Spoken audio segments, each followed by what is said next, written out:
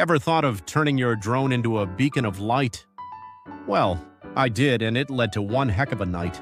The story starts with a simple idea: attach a 1000W LED light to my drone. My goal?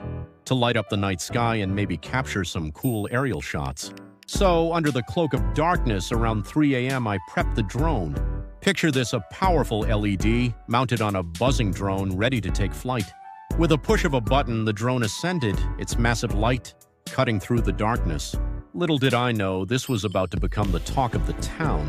As the drone soared higher, the LED cast an incredibly bright beam of light.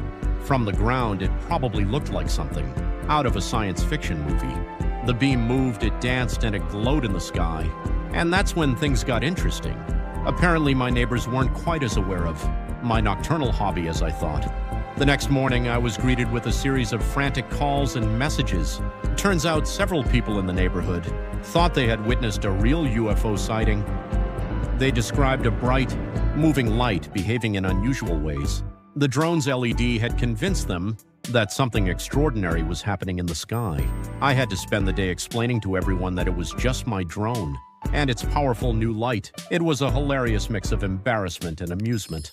But it got me thinking, how many other weird and wonderful things are happening in the world just out of sight?